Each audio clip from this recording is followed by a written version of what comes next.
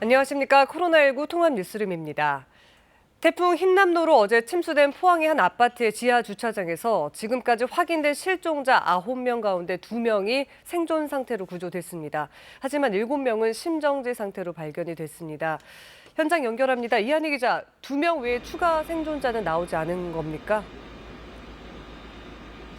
네, 그렇습니다. 밤새 무릎 높이까지 물을 빼낸 소방당국은 수색대원 60여 명을 날이 밝으면서 제 뒤로 보이는 지하 주차장에 다시 투입했습니다. 수중 수색만으로는 발견이 안 될 수 있는 실종자를 일일이 걸어가면서 확인하기 위해서입니다. 지금까지 구조된 생존자는 모두 2명입니다. 먼저 어제 오후 8시 15분쯤 39살 남성이 천장에 설치된 배관에 매달려 있다가 이 배관을 타고 빠져나왔습니다. 오후 9시 41분쯤엔 52살 여성이 역시 배관 위에 몸을 걸친 상태에서 구조대에 발견됐습니다. 사고 발생 15시간 만입니다. 이들은 모두 천장과 배관 사이 공간에서 숨을 쉬며 버틴 것으로 알려졌는데 저체온증 외에 생명에는 지장이 없는 상태입니다. 이들이 생존한 상태로 모습을 드러내자 지켜보던 주변 사람들이 가슴을 쓸어내리기도 했습니다. 하지만 오후 10시부터 오전 2시까지 발견된 나머지 실종자 7명은 모두 심정지 상태로 구조돼 병원으로 옮겨졌습니다. 이 시각 현재 주차장은 발목 높이까지 배수가 이루어진 상태인데요. 실종 신고가 들어오지 않은 사람들이 있을 수 있어 수색은 계속되고 있습니다. 곳곳에 뻘을 헤치고 주차된 차 100여 대를 일일이 확인하는 작업이 진행 중입니다. 실종자들은 어제 오전 6시 30분쯤 지하 주차장 차량을 이동 조치하라는 관리사무소의 안내방송을 듣고 내려갔다가 갑자기 밀려든 물에 휩쓸린 것으로 파악되고 있는데요. 경북경찰청은 실종자 수색이 끝나는 대로 별도의 전담팀을 꾸려서 이번 침수, 실종 사고의 원인을 본격적으로 수사할 계획입니다. 지금까지 포항 지하 주차장 침수 현장에서 KBS 뉴스 이한입니다. 앞서 전해드렸듯이 실종자 2명이 극적으로 생존할 수 있었던 이유, 천장과 배관 사이 공간 덕분이었습니다. 아찔했던 당시 상황을 안혜리 기자가 자세히 전해드립니다. 3.5m 높이의 지하 주차장 천장 사이사이로 냉온 수관이 지나는 철제 배관이 가로놓여 있습니다. 배관까지 묻어있는 진흙이 당시 물이 얼마나 들어찼는지를 보여줍니다. 생존된 상태로 발견된 2명은 바로 이 배관과 천장 사이 30여 센티미터에 불과한 틈 사이로 숨을 쉬며 14시간 넘게 버틴 것으로 알려졌습니다. 배관 위의 여유 공간이 에어포켓 역할을 하며 2명의 생명을 구해준 셈입니다. 처음에 저희가 여기 입구에서 봤을 때도 천장 파이프라인을 잡고 계셨고 1차적으로 숨을 쉴 수 있으니까. 하지만 생존 소식은 거기까지였습니다. 생존한 50대 여성과 함께 지하 주차장에 내려간 10대 아들은 심정지 상태로 발견돼 안타까움을 더했습니다. 차가 지하에 있었던 거예요. 차 빼러 가다가 이제 아들하고 갔다 그렇게 된 거거든요. 소방당국은 양수기와 동력 펌프 등 중장비를 총동원했지만 뻘에 뒤섞인 물을 빼내는데 오랜 시간이 걸리면서 구조에 어려움을 겪었습니다. 탑터까지 다 점검하면서 또 차 내부에 갇혀 있을 수도 있는 부분들이 있어서 차를 다 문을 열고 확인을 해야지만이 완전한 그 작업이 종료될 수. 침수된 주차장은 길이 150m에 너비 35m 규모로 차량 120여 대가 있는 것으로 파악되고 있습니다. KBS 뉴스 안혜리입니다. 윤석열 대통령이 태풍 흰남노로 피해를 입은 포항에 대해서 최대한 빨리 절차를 밟아 특별 재난 지역으로 선포할 생각이라고 밝혔습니다. 윤 대통령은 오늘 출근길에 기자들과 만나 국무회의를 마친 뒤 포항에 가서 피해 상황을 직접 살펴볼 계획이라며 이같이 말했습니다. 윤 대통령은 재난 지원에 필요한 특별 교부금도 살펴보고 즉각 조치하겠다고 밝혔습니다. 이 같은 지하 주차장 침수 사고 이번이 처음은 아닙니다. 지난달 수도권 집중호우 때도 지하 주차장으로 밀려든 빗물에 한 명이 목숨을 잃었는데요. 올여름 수해에 가장 취약한 공간으로 대두된 지하 주차장의 위험성을 이지은 기자가 취재했습니다. 집중호우로 침수됐던 경기도의 한 아파트 지하 주차장. 차를 빼내려고 입주민들이 안간힘을 쓰는 와중에도 바깥에서는 계속해서 급류가 밀려들고 있었습니다. 이번 포항 참사에서 드러났듯이 침수된 지하 주차장으로 진입하는 건 위험천만한 일입니다. 들어갈 땐 안전해 보여도 나오는 건 장담할 수가 없습니다. 일단 물이 유입되기 시작하면 지상, 지하 간의 낙차로 유속은 걷잡을 수 없이 세지고 물은 언제든지 지하 공간 전체를 채울 수 있습니다. 마지막에 제가 그 물이 차는 걸 봤을 때는 차가 밑으로 빨려 들어가고 사람들이 안에서 몇 명 뛰어나오고 그 장면밖에 못 봤거든요. 아파트뿐만이 아닙니다. 지난달 수해 당시 서울 서초동의 한 대형 빌딩 지하 주차장에도 물이 찼습니다. 마찬가지로 차를 가지러 들어갔던 남성이 급류에 휩쓸려 목숨을 잃었습니다. 당시 물을 빼고 시신을 찾는 데만 나흘이 걸릴 정도로 지하 주차장은 구조, 수색 자체가 어렵습니다. 그 상황이면은 반대로 지하 주차장에서 차를 빼려고 하시는 분들도 차를 버리고 빨리 나오셔야지 되는 상황이거든요. 사람이 이렇게 움직이거나 지탱하기가 어려운 상황이기 때문에 물이 어느 수준 이상으로 차면 움직이던 차도 갑자기 멈추고 그로 인해 뒷차들까지 옴쭉달싹할 수 없는 상황이 됩니다. 따라서 침수된 주차장에는 절대로 성급히 들어가지 말고 양수기를 동원해 물을 빼는 작업부터 선행해야 합니다. 관련 설비가 없다면 지자체에서 비상용으로 비축해둔 양수기를 대여해 올 수 있습니다. KBS 뉴스 이지은입니다. 이번 태풍에 따른 사망, 실종자가 12명으로 집계되고 있습니다. 또 3,800헥타르가 넘는 농작물이 피해를 입는 등 재산 피해도 속출하고 있습니다. 이번에는 중앙재난안전대책본부의 정부 공식 피해 현황 알아보도록 하겠습니다. 정혜주 기자, 지금까지 공식 집계된 피해 현황 어느 정도입니까? 네, 먼저 인명피해부터 보면요. 오늘 오전 6시 기준 전체 사망자와 실종자는 12명입니다. 사망자가 10명, 실종자가 2명입니다. 그리고 부상자도 3명이 있습니다. 사망의 경우 침수된 경북 포항 인덕동의 아파트 지하주차장에서 7명이 숨진 것으로 확인됐습니다. 오천읍의 한 지하주차장에서도 60대 여성이 숨진 채 발견됐습니다. 포항에서 70대 주민이 대피 도중 급류에 휩쓸려서 숨졌고 경주에서는 집안으로 토사가 유입돼 80대 노인이 숨졌습니다. 이재민도 발생했습니다. 서울과 울산에서 8개 세대 주민 13명이 주택 파손으로 임시거처에서 지내고 있습니다. 또 경남과 전남, 부산 등에서 주민 4,700여 명이 마을회관이나 숙박시설로 일시 대피했고 이 가운데 1,000여 명은 아직까지 집에 돌아가지 못하고 있습니다. 네, 재산 피해 상황도 전해주시죠. 네, 먼저 건물 피해를 보면요. 현재까지 제주와 경북 등에서 주택 8,300여 채와 상가 3,000여 채가 침수나 파손된 걸로 파악됐습니다. 어선 14척도 파손됐습니다. 도로와 교량 같은 공공시설의 경우 426곳이 피해를 입었습니다.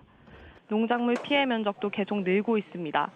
경북과 경남, 전남 등에서 모두 3,800여 헥타르의 농작물이 침수나 낙과 피해 등을 입은 것으로 잠정 집계되고 있습니다. 정전 피해도 잇따라 제주와 경남, 부산, 울산 등에서 정전 사고 200건이 발생했습니다. 세대수로 따지면 모두 8만 9천여 세대가 전기 공급 중단으로 불편을 겪었습니다. 중대본은 위기경보 수준을 심각 단계에서 주의로 하향하고 3단계 비상근무 태세를 1단계로 낮췄습니다. 지금까지 사회부에서 KBS 뉴스 정혜주입니다. 중앙방역대책본부는 오늘 0시 기준 코로나19 신규 확진자 수가 8만 5,540명이라고 밝혔습니다. 국내 발생은 8만 5,197명, 해외 유입은 343명입니다. 입원 중인 위중증 환자는 어제보다 15명 줄어든 521명입니다. 사망자는 56명 발생해 누적 사망자는 2만 7,249명, 누적 치명률은 0.11%입니다. 선거법 위반 혐의로 수사를 받고 있는 더불어민주당 이재명 대표가 검찰 소환에 응하지 않은 것을 두고 여야 공방이 이어졌습니다. 어제도 관련 압수수색을 이어간 검찰은 오늘 내일 중 이 대표 기소 여부를 결정할 것으로 보입니다. 손서연 기자입니다. 이재명 대표가 고심 끝에 검찰 소환 조사에 응하지 않기로 했습니다. 정치 보복성 수사다. 망신주기식 출석 통보에 응할 필요가 없다는 당내 의견을 따르겠다는 겁니다. 서면 답변서는 그제 오후 보냈다고 했습니다. 서면 진술 답변을 하였으므로 출석 요구 사유가 소멸되어 출석하지 않습니다. 혐의에 대해선 조목조목 반박했습니다. 백현동 용도 변경 과정이나 대장동 특혜 개발 의혹 관련 발언, 김문기 전 성남도시개발공사 처장을 몰랐다고 말한 것도 모두 사실대로란 설명입니다. 이런 가운데 민주당은 김건희 여사 특검법을 이르면 추석 전 발의하겠다며 공세 수위를 높였습니다. 김건희 여사를 둘러싸고 수사기관들이 지금껏 보여준 행태는 오직 시간 끌기와 봐주기로 일관해 왔습니다. 특검법은 김 여사의 도이치모터스 주가 조작과 허위 경력 의혹에 초점을 맞추는 방안이 유력합니다. 국민의힘은 특검법 발의는 이재명 대표를 수호하기 위한 방탄용이라고 비판했습니다. 특검까지 방탄조끼로 활용하려는 매우 비겁한 정치 공세이자 물귀신 작전에 불과합니다. 이 대표의 검찰 불출석엔 정치 탄압을 내세워 초법적 존재가 되려는 것이냐며 날을 세웠습니다. 본인을 성역이나 치해 복권 지역에 있다고 착각하지 말기를 바랍니다. 검찰은 어제 경기도청을 압수수색해 이재명 성남시장 시절 공보 담당자 사무실에서 관련 자료를 확보했습니다. 선거법 위반 공소시효가 이틀 앞으로 다가온 가운데 정치권에선 이 대표 기소 가능성을 높게 보고 있습니다. KBS 뉴스 손서영입니다. 국민의힘은 추석 전에 출범시킬 두 번째 비대위를 누가 맡느냐를 놓고 고심 중입니다. 호남 중진 박주선 전 국회 부의장 등 후보군은 3명으로 압축된 상태인데 새 비대위원장은 오늘 발표될 것으로 보입니다. 방준원 기자입니다. 지난달 법원 결정으로 직무가 정지됐던 주호영 전 비대위원장. 새 비대위 사령탑으로도 유력하게 거론됐지만 깜짝 기자회견을 열어 고사하겠다는 뜻을 밝혔습니다.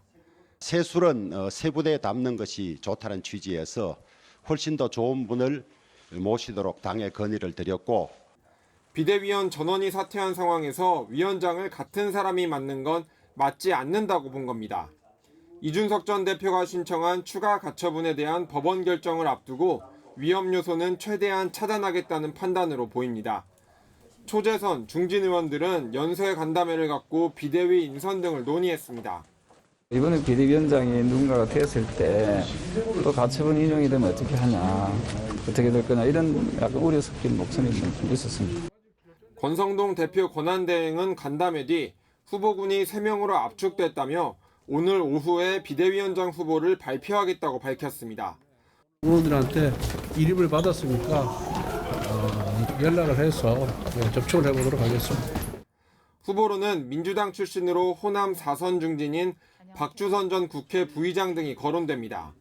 대통령 취임식 준비위원장을 맡기도 했던 박 전 부의장은 윤석열 대통령과 서울대법대 동창의 검찰 선후배 사이로 윤 대통령과 신뢰가 두터운 것으로 알려졌습니다. 국민의힘은 새 비대위원장을 확정한 뒤 내일 전국위원회에서 임명 안건을 통과시킬 방침입니다. KBS 뉴스 방준원입니다. 윤석열 정부 출범 이후 처음으로 국내 민간단체의 대북 지원 물자 반출이 승인됐습니다. 통일부 관계자는 KBS와의 통화에서 지난달 민간단체의 대북 지원 물자 반출 한 건을 승인했고 물품은 영양 물자라고 밝혔습니다. 실제 북한 반입 여부 등은 사업 성사에 미칠 영향을 고려해 공개하지 않았습니다. 통일부는 올 들어 지난 4월까지 민간단체 등이 신청한 보건의료 및 영양물자 대북 지원 물자 반출 7건을 승인했습니다. 이번엔 KB증권 연결해서 오늘의 주식시장 알아보겠습니다. KB증권입니다.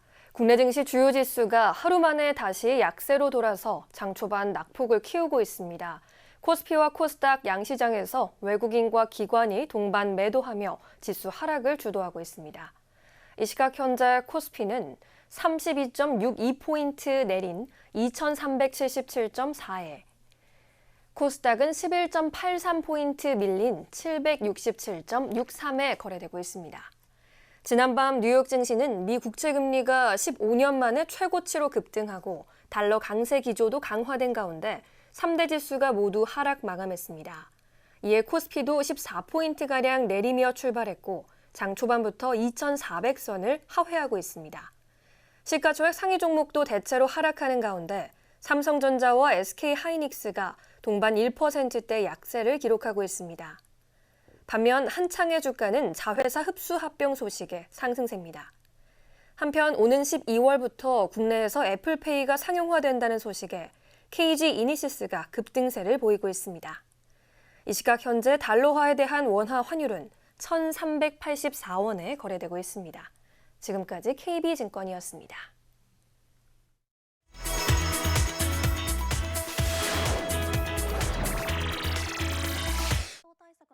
이산화탄소보다 온실 효과가 20배 이상 많은 것으로 알려진 소 트림 속 메탄가스를 줄이기 위한 메탄가스 측정 장치가 개발돼 주목받고 있습니다. 일본의 기타사토 대학 나베니시 교수의 가장 큰 연구 목표는 소의 트림을 줄이는 것입니다. 소 트림의 메탄가스가 온실 효과를 가중시키는 만큼 이를 줄이기 위한 것입니다. 그래서 그는 최근 소 트림 속 메탄가스를 측정하는 장치를 개발했습니다. 10만 엔 정도의 저렴한 가격에 스마트폰 앱과 연동돼 원격으로 수치 확인도 가능합니다. メタンの削減をするための研究をちょっとできてなかった研究機関、飼料会社さん、そういったところで 이 장치를 도입한 젖소 목장입니다. 메탄가스 발생을 줄이기 위해 견과류의 일종인 캐슈너트 껍질에서 추출한 성분으로 만든 사료를 사용해봤습니다. 윗속 미생물 활동을 억제해 트림량을 줄일 수 있다고 봤는데 한 달 후 메탄가스 농도가 확실히 옅어진 것으로 확인됐습니다. 나베니시 교수는 이 장치를 활용해서 확보되는 빅데이터는 관련 업계의 메탄가스 감축 노력에 큰 도움이 될 것으로 기대하고 있습니다. 천연 재료를 사용해 진하고 부드러운 아이스크림 젤라또에 대한 이탈리아인들의 사랑은 남다릅니다. 1인당 평균 소비량은 무려 연간 2.8kg. 더운 여름에는 거의 매일 한 번은 먹는 수치라고 합니다. 문제는 젤라또의 가격이 무서우리만큼 오르고 있다는 것입니다.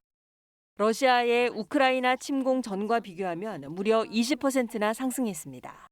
Die Früchte, die Milch und der Zucker, da ist der Preis enorm angestiegen und genauso auch für Kaffee. Das liegt natürlich auch an den gestiegenen Transportkosten. 평균 8% 안팎인 다른 식품의 물가 상승률을 2배 이상 웃돌지만 그래도 수요가 여전해 젤라또 가격은 좀처럼 내릴 기미가 보이지 않습니다. Das ist völlig in Ordnung, weil es ist sehr gutes Eis. Das beste Eis.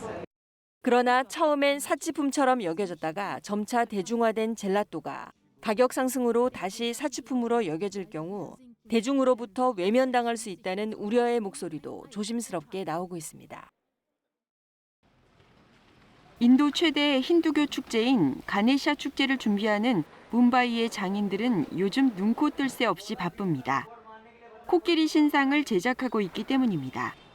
인도 신화 속에 등장하는 가네샤는 인간의 몸에 코끼리 머리, 그리고 4개의 손을 가진 신입니다.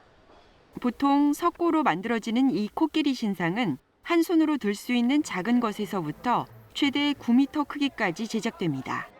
मैं 40 साल से गणपति का काम कर रहा हूँ।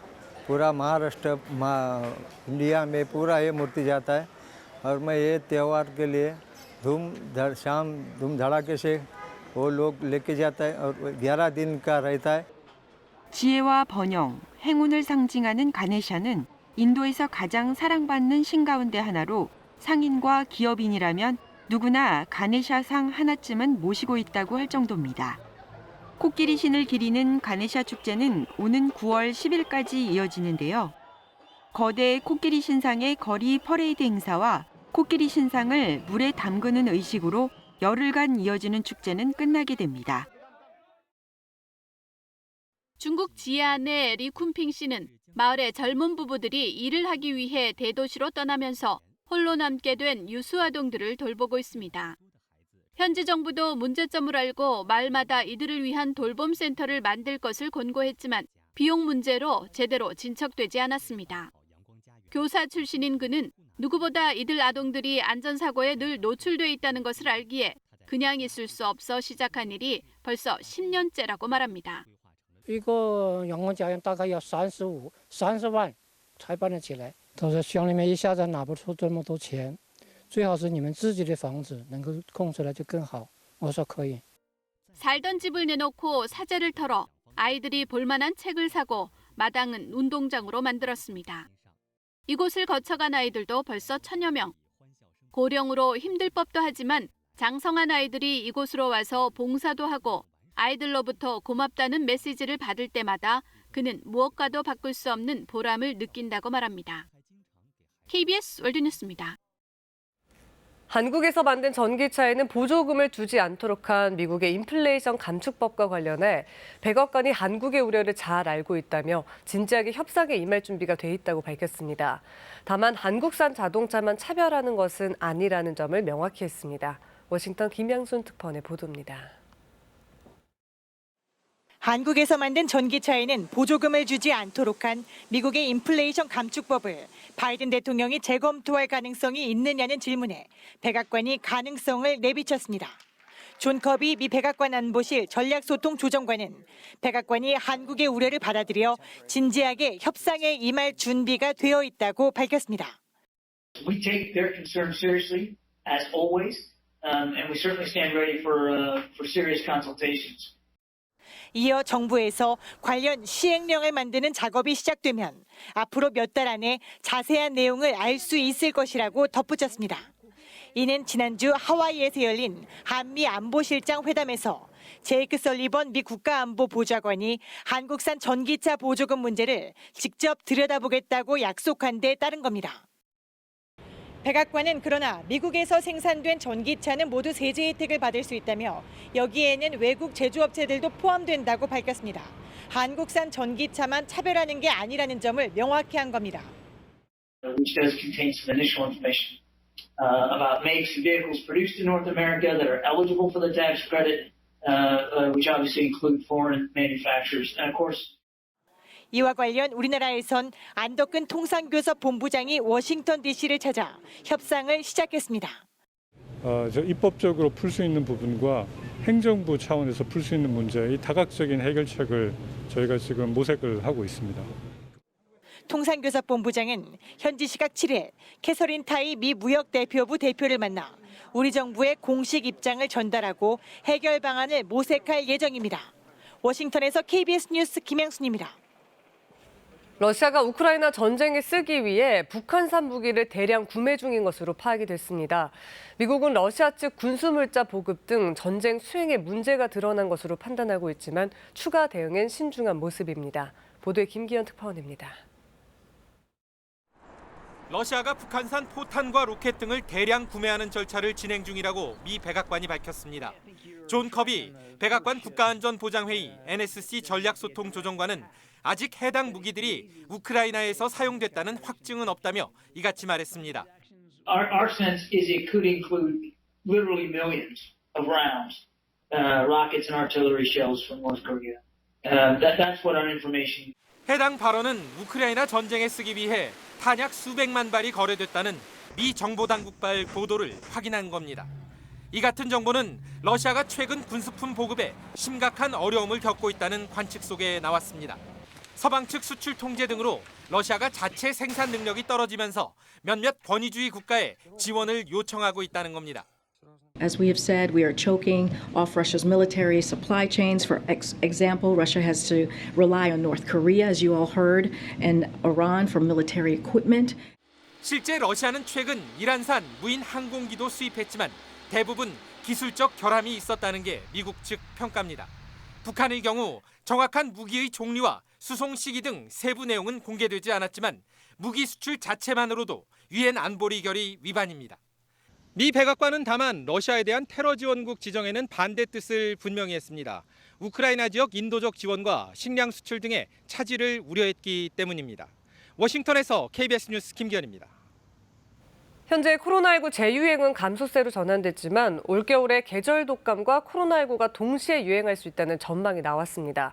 일상에서는 어떻게 대비해야 할지 신민대 의학 전문 기자가 전해드립니다. 최근 독감 의심 환자가 크게 늘었습니다. 8월 3주차 독감 의심 환자는 환자 1000명당 4.2명입니다.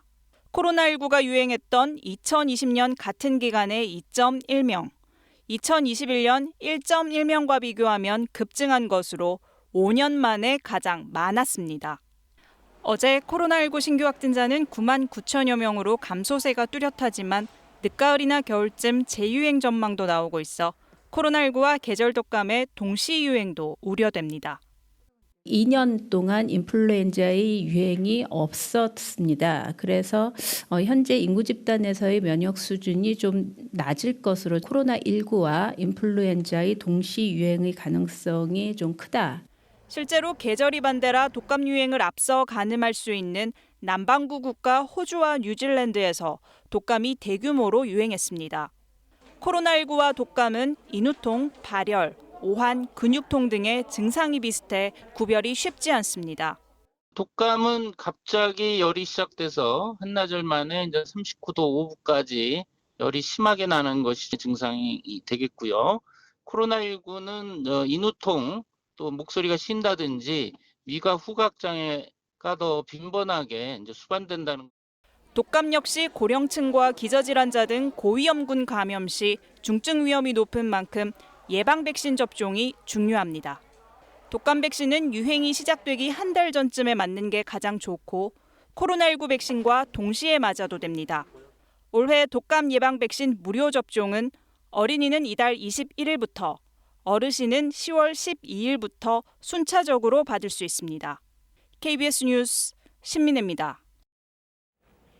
11호 태풍 흰남노가 역대 3번째 위력을 기록하며 전국에 피해가 속출했습니다. 오늘 오전까지도 동해상에서는 물결이 높게 일겠고 동해안과 울릉도 독도에는 너울이 강하게 밀려올 수 있어 해안가 안전사고가 없도록 주의하셔야겠습니다. 오늘은 낮 기온이 크게 올라가 기온의 일교차가 최대 15도 이상이나 벌어지는 곳도 있겠습니다. 아침에 전북 장수는 9.8도로 10도 아래로 떨어졌고 서울 17.9도 등 어제보다 2도에서 9도 정도 낮은 기온으로 출발했는데요. 하지만 낮에는 전국 대부분 지역의 기온이 어제보다 2도에서 4도 정도 높아 다소 덥겠습니다. 이른 아침에 꼈던 안개는 이제 점차 옅어지고 있습니다. 오늘은 서해상에 자리한 고기압의 영향으로 전국이 맑은 가운데 자외선 지수가 높겠습니다. 낮 최고 기온은 서울과 청주, 대전, 전주가 28도, 강릉과 대구, 부산 29도로 대부분 30도 가까이 오르겠습니다. 바다의 물결은 동해상에서 최고 4m까지 거세게 일겠습니다.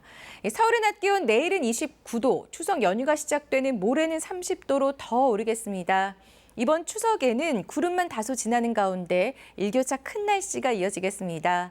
여름과 가을이 공존하는 환절기인데요. 건강관리 잘 하셔야겠습니다. 날씨 전해드렸습니다. 코로나19 통합 뉴스를 마칩니다. 고맙습니다.